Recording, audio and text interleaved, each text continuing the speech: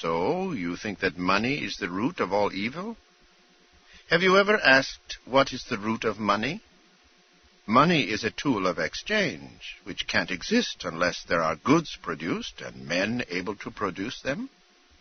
Money is not the tool of the moochers who claim your product by tears, or of the looters who take it from you by force. Money is made possible only by the men who produce.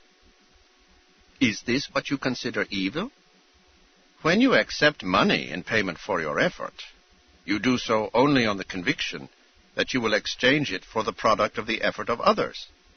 To trade by the means of money is the code of the men of goodwill.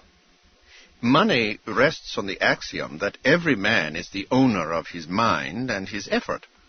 But money is only a tool. It will give you the means for the satisfaction of your desires, but it will not provide you with desires. Money will not purchase happiness for the man who has no concept of what he wants. Money will not give him a code of values. The man who attempts to purchase the brains of his superiors to serve him ends up by becoming the victim of his inferiors. Well, let me give you a tip on a clue to men's characters. The man who damns money has obtained it dishonorably. The man who respects it has earned it. Run for your life from any man who tells you that money is evil. That sentence is the leper's bell of an approaching looter. So long as men live together on earth and need means to deal with one another, their only substitute, if they abandon money, is the muzzle of a gun. Do you wish to know whether that day is coming? Watch money. Money is the barometer of a society's virtue. When you see that trading is done not by consent but by compulsion, when you see that in order to produce you need to obtain permission from men who produce nothing, when you see that money is flowing to those who deal not in goods but in favors, when you see that men get richer by graft and by pull than by work, when you see corruption being rewarded and honesty becoming a self-sacrifice, you may know that your society is doomed. When you have made evil the means of survival, do not expect men to remain good. Do not expect them to stay moral and lose their lives for the purpose of becoming the fodder of the immoral. Do not expect them to produce when production is punished and looting rewarded. Do not ask who is destroying the world. You are.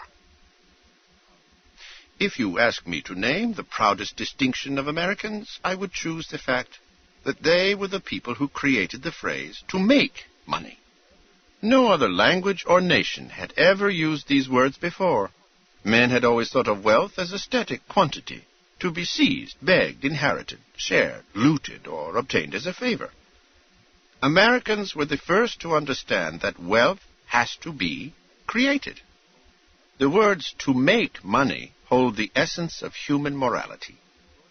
Yet now the looter's credo has brought you to regard your proudest achievements as a hallmark of shame, your prosperity as guilt, your greatest men, the industrialists, as blackguards, and your magnificent factories as the product and property of muscular labor, the labor of whip-driven slaves.